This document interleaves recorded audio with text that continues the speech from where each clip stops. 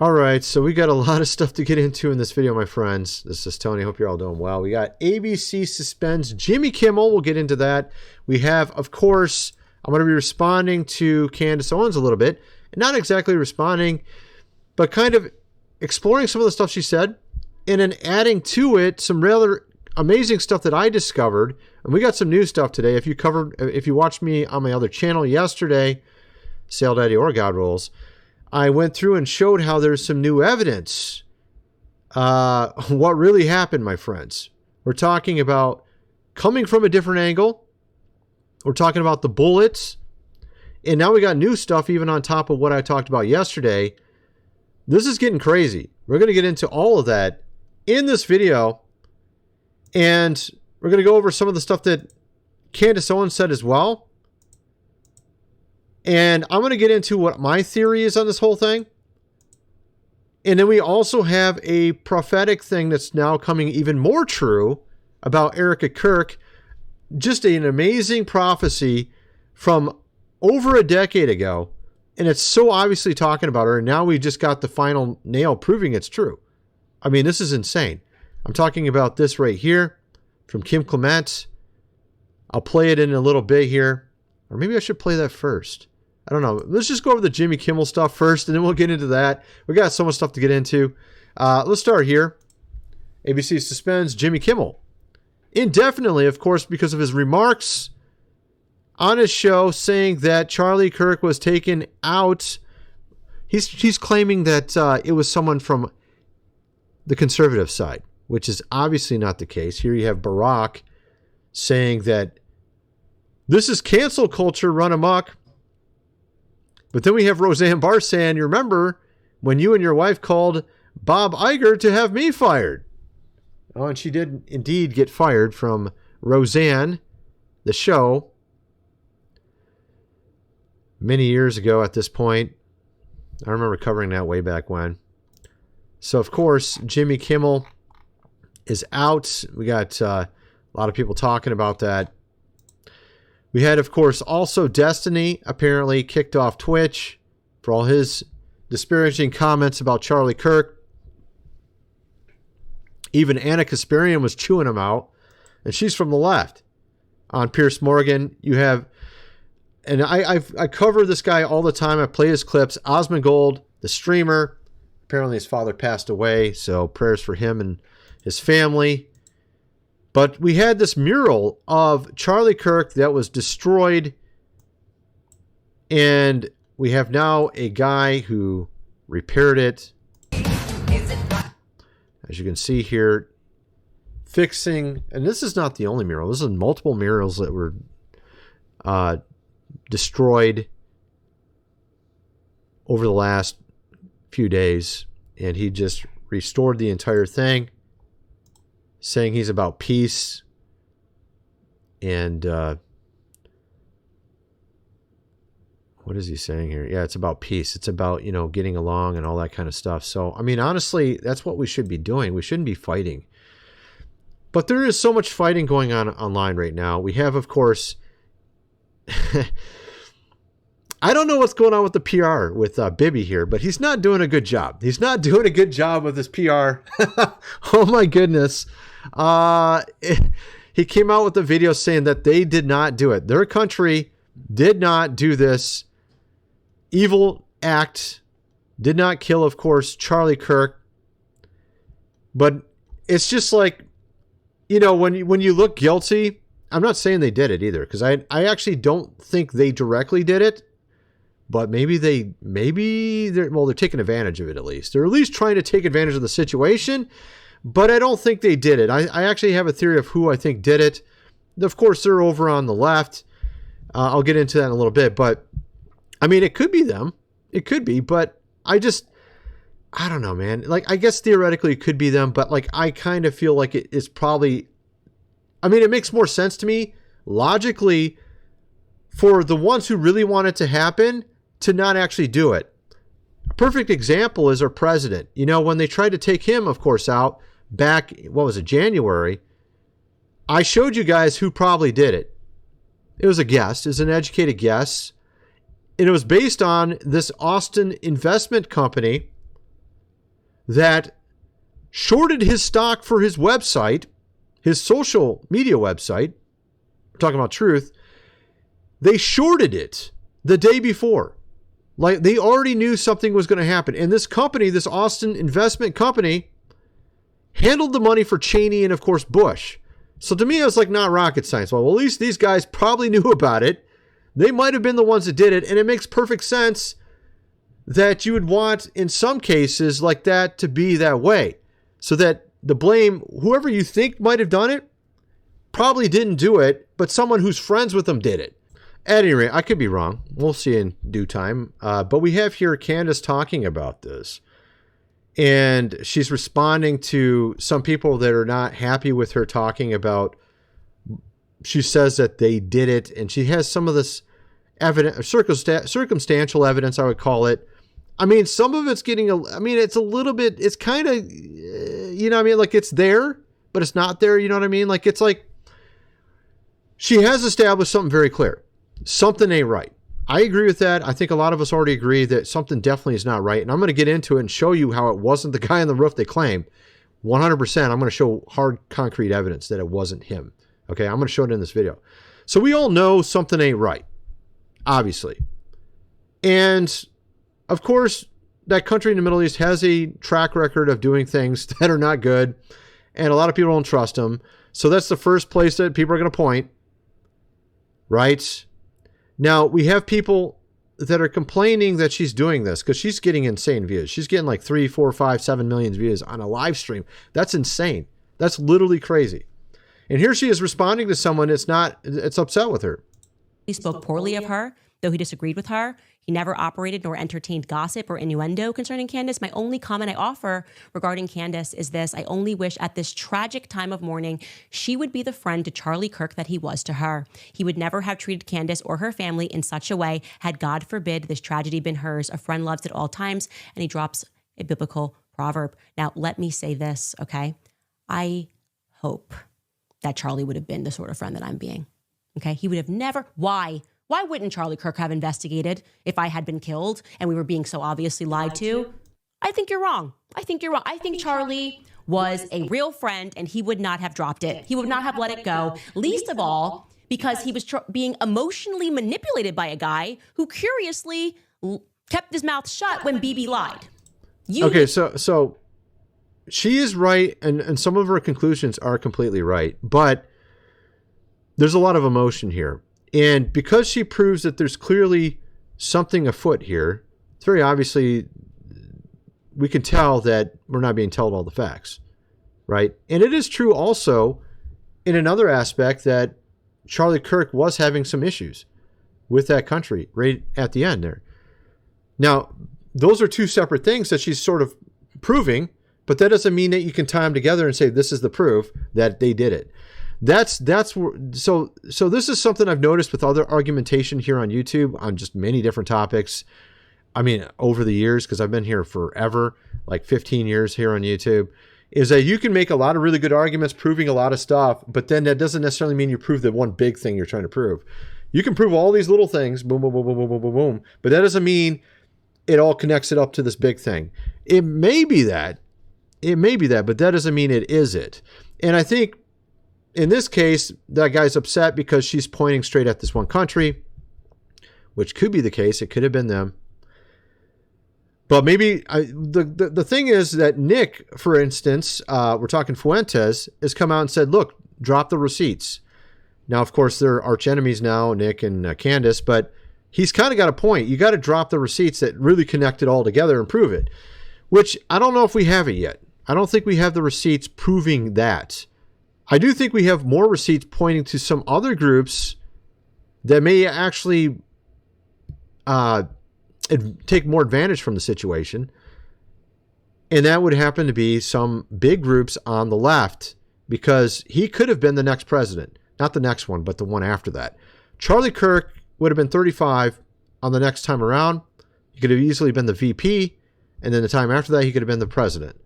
So obviously he was a very big threat to, of course, the left. Now, that's just me saying that. I think that is the group that gains the most from this, actually. because he was a very big voice and he was getting very popular. He was affecting a lot of the younger generation, and the younger generation are the ones that are going to be around to vote. See what I mean? So anyway, we're going to get into more. We're going to actually go over some other things that Candace has said. Again, she does prove a lot of good stuff, but to tie it all up and wrap it all together, we need more evidence. And I'm trying to be a stickler on evidence here, all right? And we're going to get into this clip, insane clip you can see here. And I want to play this clip. I played it on my other channel. Unfortunately, it's already been gated behind, this is a scary video. You have to click understand, and this is scary before I can watch it. So I don't want to play it anymore, unfortunately. But you can actually see the bullet right there. It was caught in one of the frames. And we actually have more evidence of this. We have the muzzle flash. We have another one showing, I forgot what the right term is, wind vapor from the bullets. We got also potentially a number of other things as well, where we have two snipers now. We have another sniper, a Navy SEAL. We have a Marine sniper and a Navy SEAL sniper. We have this Marine sniper here. We have a Navy SEAL sniper. A Navy SEAL sniper saying that the place that they're claiming this guy was, the Tyler guy, whatever his name is impossible shot for a Navy SEAL sniper. Navy SEAL is like the top level. He said he couldn't do it. If he can't do it, how in the world is some random Joe able to do it? So we're going to get into that as well. First of all, I got to mention food supply, 25-year shelf life. Link is in the description. We got 4 months worth for $6.97. You never know what's next, my friends. You've seen all the crazy stuff going on around us. You might want to get that just in case. Also, this book here, The Lost Ways, How Your Great-Great-Grandfather Lived Without Electricity, How to Bet a Seller, Do Things Around the House as they did in the good old days, hundreds of pages illustrated. You're going to definitely need that book before the lights are out for an extended period of time. Link is in the description for that as well. All my other social media is linked below. Let's get back to the video. So we have here, of course, Candace talking about some of these things that don't make sense. Like, for instance, the text between the shooter and his boyfriend. It sounds like someone just scripted this. Even Grok AI and other AIs were saying this looks scripted. I mean, everyone thinks it looks scripted. Let's play this. He then ends this message. This is all from the day. This is all we have from September 10th, okay? Judging from today, I'd say Grandpa's gun. I want to make it very clear. This is Grandpa's gun, okay? Nobody should question this narrative because he has put it all here. I'd say Grandpa's gun does just fine. I don't know. I think that was a $2,000 scope. Okay, so that ends that exchange. Now, I have a couple of notes here that I put here at the end of day one as we worked in this correspondence, which all had to happen, let's call it 7 p.m. earliest, as I say here, which I want to be clear. The campus is 4 hours, 3 to 4 hours away from where Tyler and Lance live together. We have a map here to show you that. So he's just loitering wow. Until, like I said, earliest. He's signifying around like 7 p.m. that he's still very close to campus. That's a long day. That's a real long day, just waiting to see when you can go in there. And there's a manhunt, and he's chill. He's chill because he's changed his outfit. How do we know he changed his outfit? Because he made it very clear that he dropped the clothes, his shooting clothes, right there. He got changed. He didn't have time to take the rifle that was in the that he put in the towel, but he did have time to change. That totally makes sense. And then for whatever reason, he had to leave the rifle with the prints on it. Okay.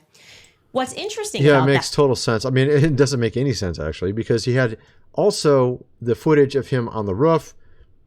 He already had the gun somehow put away in a very short period of time, which is basically impossible, from what I understand, according to a number of experts. This is not something you can easily take apart in 2 seconds, like they're claiming. And then also he put it back together and put it in the woods, which makes no sense either. 4-hour drive. According to this Navy SEAL over here, it's an impossible shot. Let me show you that really quick. And then I'll show you some of the other stuff I already showed in my other video, where basically we already know the shot came from the right, came from way up here, and actually shot right through here, down through here. And this was the exit wound. Because if this was the entrance wound, he wouldn't have a head. His head would be pretty much gone, according to these snipers. So if this was the entry wound, The back of his head would be gone, according to these guys. All these sniper guys that are talking. So this was clearly the exit wound here. And it came in through here, and as it hit his earpiece wrapped around his neck over to here, around his body like that. And that's why when it hit the earpiece and went through, knocked the earpiece off, that's when his shirt jumped up. So this is what actually happened. I'll show you that in a little bit, but we're going to show you first how a Navy SEAL here says he couldn't even do the shot.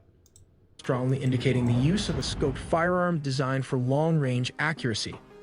Okay, so this is the diagram. You can leave this up, LJ, but basically Kirk was sitting here, and what we've been told is that he's sitting at the corner, or the shooter's at the corner of that building. So I guess how difficult, if you saw that, how difficult is this shot? They tell us it's 200 yards away, descending angle.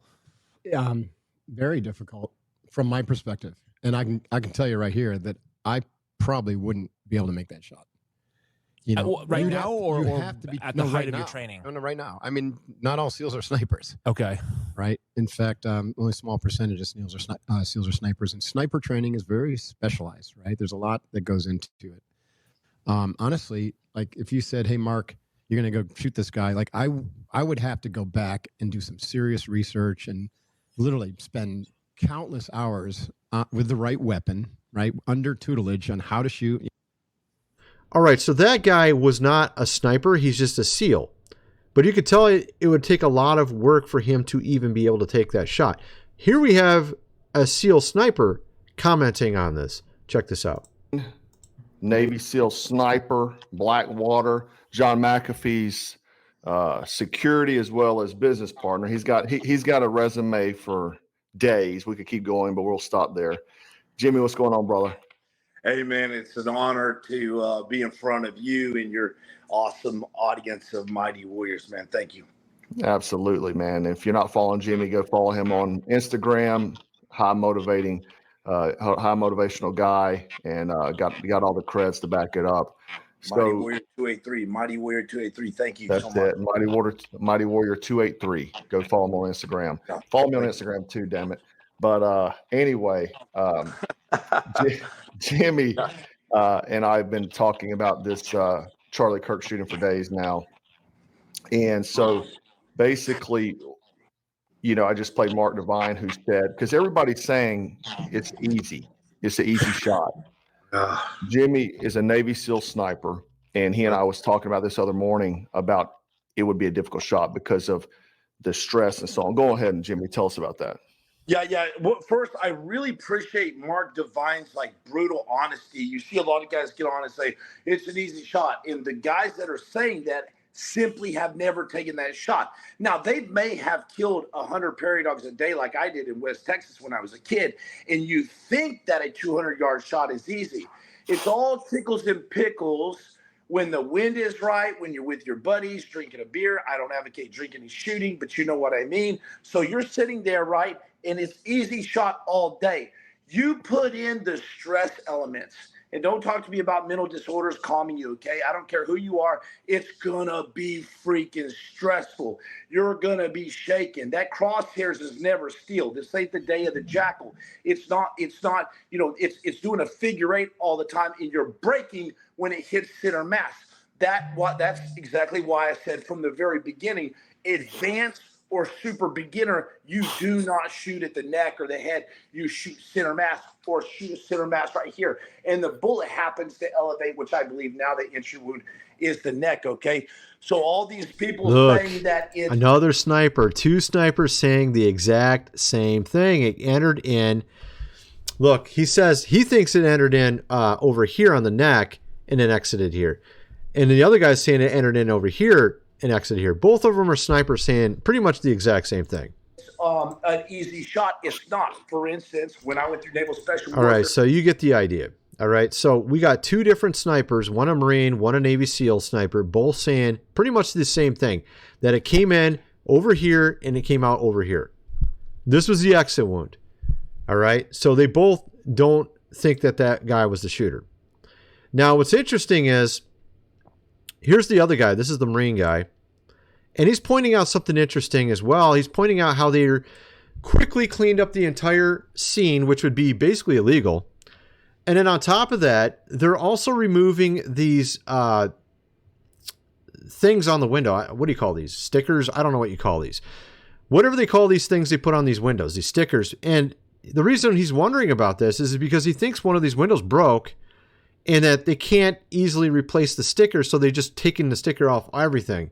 This is his theory. Anybody saw glass replacement?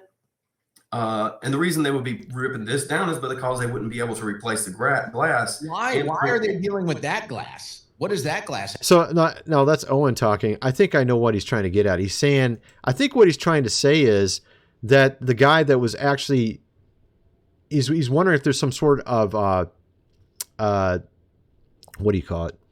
Where the bullet went astray and went over there. That's what he's thinking. And that it broke up there, and they don't want any sort of evidence whatsoever because, again, that's why they're painting and cleaning up all this very quickly, which is a crime scene. They're immediately taking down all the cameras. It's actually really ridiculous what's happened. You have, of course, this also, this footage where you can see the bullet coming in on an angle. You can also see the muzzle flash. And here he's actually showing how you can see this is not the bullet, but actually the reflection of the light from the muzzle flash and the camera. So you got the camera and you got the muzzle flash. Basically he's saying the gun was up here. And then the muzzle flash was reflecting off the window here. And he shows it right there. There's a dot in one frame that shows up right here on the window. And that's a reflection from something being shot from over here down this direction, went in his behind his head, and it came out his neck here. So it actually came in from the side, according to these two snipers. That's how it actually happened, most likely. You had, of course, Candace playing this. I've already played this like a few times. Michael Savage going in and talking about how he was able to break down the gun so quickly, which is pretty much impossible, and get off the roof, and then he somehow put it back together when he was in the woods, which makes no sense.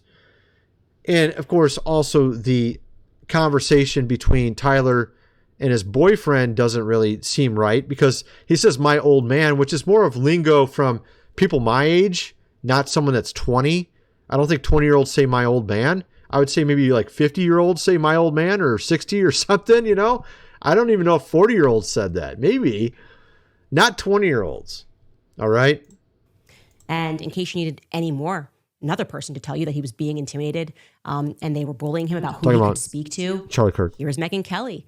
She joined Tucker Carlson and she says this very quickly. Take a listen. Charlie. Oh my goodness. Of course there's an ad. Sorry, folks. It's all right. It's a quick one. Let's play this. And who's been threatened or was threatened to cut ties with you or not platform you. I too have gotten that, especially since you've been more outspoken on Israel. And I couldn't care less the amount of pressure they put on. I'm like, what are you talking about? Yeah. This is madness. Why would you want to silence such a powerful, important voice? That's interesting. I mean, so this is what I call circumstantial evidence, but it is something of evidence. So, I mean, there is a lot of it though, and I feel like they've done it to themselves because they tried to put through Congress 4 hours after his death to decide whether they're going to release the files. We're talking about Jeffrey. We're talking about the island. Will we release these files? They voted on it 4 hours after he died. So nobody's going to be thinking about that while they're talking about Charlie Kirk, right? So that, and of course, that's tied into that country in the Middle East. Then you have, of course, apparently a bunch of our representatives went over there like yesterday, 250 of them. What the hell is that? It's so, I mean, they're definitely not doing themselves a service. You know, they're like talking about how Charlie represented them and they're not helping themselves at all. They should just stop talking, especially if they're, I mean, because this is what just making people think they're guilty automatically. And some of this, I mean, the fact that Charlie was starting to go away from a little bit at the end, turned down $150 million, which is like his yearly budget. Apparently he makes usually about $140, $150 million a year. and he was going to get 150 million from Bibby, that's some pretty big circumstantial evidence that maybe they were. But my whole thing is like, it would make more sense to me that if I was them, if I was in the Middle East, I was them, I'd be like, okay, we got to try to turn them around back to, let's just assume they're bad, like everyone's claiming. And they're going to do bad stuff. They may even do something like this. Let's just theoretically say they could do something like this. All right. Let's just say that's possible. Let's just say they are these bad guys that everyone says they are, which I don't think the country is, but maybe some of the leadership. Let's just say some of the leadership's really this bad. They already had this guy working with them for years and years and years. It would make more sense for me if I was them to try to bring him back in. And if I didn't get him right back in yet, keep trying for a while. Not like take him out the second he doesn't agree or something. It makes more sense to like keep trying, right? I'm thinking more so along the lines that it's a certain rogue element in the FBI who did this. And the reason why I think that is because they had a operation called Arctic Frost like a year ago, literally a year ago in the FBI, of course, they had a project going after conservatives, 92, particularly one of them being Charlie Kirk's group. So let me just lay it down what I'm thinking is going on here. So Cash is allegedly in charge of it now, yet he's fired basically nobody. He's fired 18 people out of 53 special agents. There's 11,000 special agents and in the FBI. Like, he hasn't cleaned anything out. The same freaking people are there. The ones that were running the project, going after Charlie Kirk, literally still work there. They could do this off the books, on the side, say, hey, you guys aren't really happy with him right now. Maybe we'll take care of it for you because we don't like him either. You see what I mean? This is my theory, and of course I could be completely wrong. I don't know. Who knows? I don't know who did it, but that seems like a more likely candidate. There's actually many candidates, but that would be one potential likely candidate. Here's also Cash saying on Joe Rogan that they literally swatted him. Why would the group he's allegedly over do that to him? Does that even make any sense? It makes literally no sense. He even says, yeah, it's the ultimate height of hypocrisy. They have two sets of rules, one against you and one for them. Who's them? The people that supposedly work for you? Oh, maybe they don't work for you. Maybe you work for them? Is that what's really going on? You see what I mean? Like, he's talking about the group he's over, the organization he's over, and he says they have a different set of rules. Does that even make any sense? That's why Joe Rogan was so shocked when he said it. Because maybe he's not in charge of anything really there. Now, so there's that. So that's kind of my thoughts on all that. I could be wrong. Who knows? I mean, maybe Candace is right. Maybe she's wrong. Nick says it's not them. I don't know who it is. Everyone's pointing fingers everywhere, but that's just my theory. It's like, 70-30 or something like that for me. That's my theory of what it is. Now we have this. This just came out today as well. Turning Point USA appoints Erica Kirk CEO after Charlie Kirk's death. This is very interesting because we had a prediction, a prophecy. I played this already. Let me play this again. This is very amazing. This is from 14 years ago. Check this out. The restoration, as it begins, there shall be a woman that shall rise up, a woman that shall be strong in faith, virtuous, beautiful in eyes, and her eyes shall be so beautiful. Her eyes shall be round and big. I have crowned her, says the Lord, as I crowned Esther. And the people shall receive her, for she shall have the oil of gladness for the pain and the mourning that has taken place. And she shall pour out the oil. Is there some oil here, please, Marty? Is there some oil? She shall pour out the oil on this nation. And God says healing shall begin, and then it shall flow rapidly. Schools will be free from potential damage and danger, shootings and murder, drug addiction. Cartels shall be afraid of a woman anointed by God, a woman set aside. And God says they will say we hated her, but now we love her, for she shall take the oil of healing and she shall pour it upon the scars of those left and those rights, and of the new party that has come forth and emerged. New party. When they shall say Christ will reign, and this we shall not implement at all socialism. Where Bro, we are. do you see how many things? There's about 7 things there that are actually true and talk about her right there. She's now head of it. She's now head of TPUSA.